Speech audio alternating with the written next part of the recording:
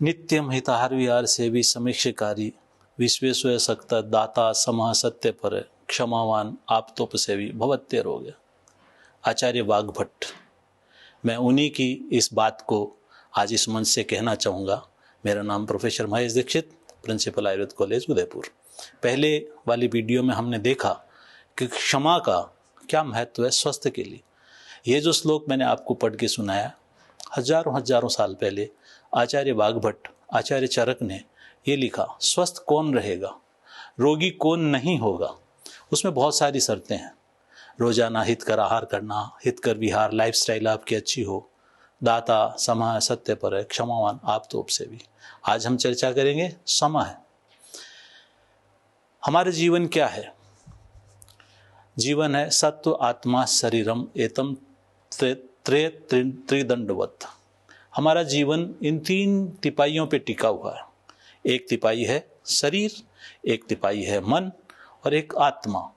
शरीर, मन और आत्मा का समत्व क्या है? आचार्य सुश्रुत कहता है स्वास्थ्य की परिभाषा में, सम दोषा सम अग्नि से सम धातु मलक्रिय। जिसकी सारी धातुएं सम हों, जिसकी क्रियाएं सम हों, और अगर आप और भी ज्यादा जानना चाहें तो ये योगेश्वर कृष्ण ने जिस योग को बताया उस योग की परिभाषा भी है, योगः समत्वम उच्यते।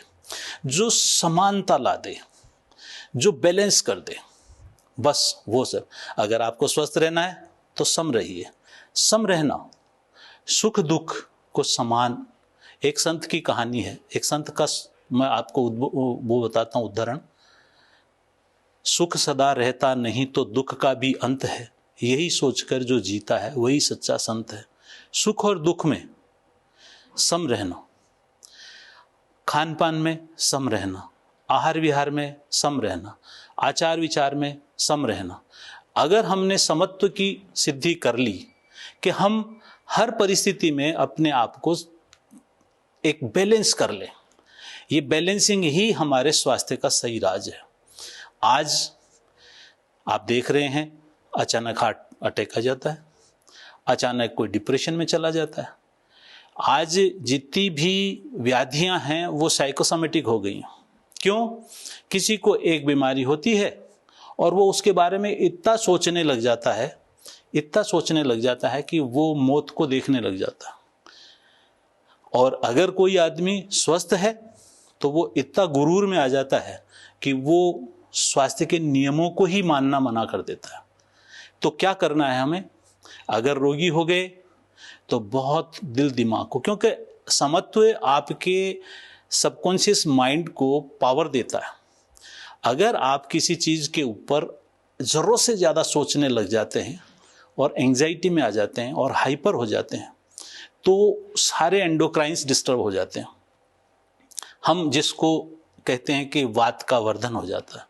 समत्व उसी में होता है जिनमें ज्ञान होता है, जिनमें धैर्य होता है, जिनमें संतोष होता है। संतोष, ज्ञान, धैर्य, ये सब समत्व के आसपास के गुण हैं।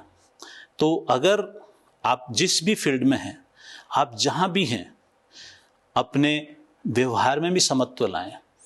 होता क्या है कि हम समत्व को पालन नहीं करते हैं। कभी किसी से मित्रता होती है तो जरूरत से ज्यादा मित्रता कर लेते हैं, और जब बैर करते हैं तो जरूरत से ज्यादा बैर करते हैं। हम बीच में क्यों नहीं रहना चाहते? हमें सम रहना चाहिए। हमारे शरीर का भी समत्व करना चाहिए। हमें कितना परिश्रम करना चाहिए और कितना आराम करना चाहिए, इसका समत्व होना चाहिए। अभी आप देखते हैं बहुत सारे बड़े बड़े सेलिब्रिटीज की भी, कईयों की जिम के अंदर मौत हो जाती है। क्यों? समत्व का ज्ञान नहीं है। शरीर को कितना काम में लिया जाए और कितना आराम दिया जाए, समत्व चाहिए। हर जगह पे समत्व चाहिए। अगर आपने इस गुण को समझ लिया, समता को, समत्व समरसता भी लाता है। तो आइए हम कोशिश करें कि हम समत्व को उत्पन्न करें। समत्व को अगर आप लाना चाहते हैं तो योग इसके लिए आपको सबसे बड़ा सहायक होगा। जो हमारे योग के अष्टांग हैं, चाहे वो यम है, चाहे नियम है, आसन, ध्यान, धारणा, समाधि, ये सब चीज़ें जितनी भी हैं ये सब समत्व की तरफ लाते हैं। मेडिटेशन करते हैं, हम पूजा करते हैं, हम ध्यान करते हैं, हम एकांत में बैठते हैं, तो वो हमें मनन करने के लिए बाध्य करता है कि हमारे जीवन में क्या क्या परेशानियां हैं और उन परेशानियों का क्या समाधान हो सकता है। आप यकीन मानिए, जैसे अभी आजकल जो भी कोचिंग इंस्टीट्यूशंस कहीं बाहर चल रहे हैं, बच्चे वहाँ पढ़ने जाते हैं, एक बार टेस्ट में 5 नंबर कम आए और वो सुसाइड टेंडेंसी डेवलप हो जाती है। तो ये कैसे हुआ? अगर उसको थोड़ा सा समत्व आ जाए, थोड़ी सी समझ आ जाए, तो उसका जीवन बच सकता है। तो यहाँ जीवन बचना और स्वस्थ रहना, इन सब के पीछे अगर आप देखेंगे तो समत्व ही है जो सुख दुख, सुख विपत्ति, इन सब के अंदर अपना बैलेंस बना लेगा। जैसे एक नट अपना बैलेंस बनाता है तार पे चलने के लिए, और वो बिल्कुल अपना आगे नीचे पीछे ऊपर नीचे चाहे दाएं बाएं सब देख के जैसा सम रहता है।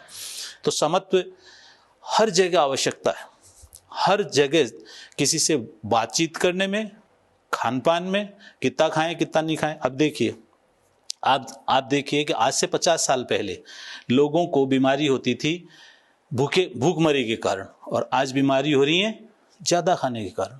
तो समझ तो नहीं रहा, कितना खाना, कब खाना, ये समझ के हमको समत्व का पालन करना चाहिए। वैसे देखा जाए तो पूरा जीवन ही समत्व को समर्पित है। मैं आपसे आग्रह करूँगा कि अपने जीवन में समत्व लाएं, बहुत ऊपर नीचे ना करें, जीवन को एक सीधी पटरी पे चलने दें, तो आप न केवल स्वस्थ रहेंगे, सुखी रहेंगे, समृद्ध रहेंगे। जय हिंद, जय भारत।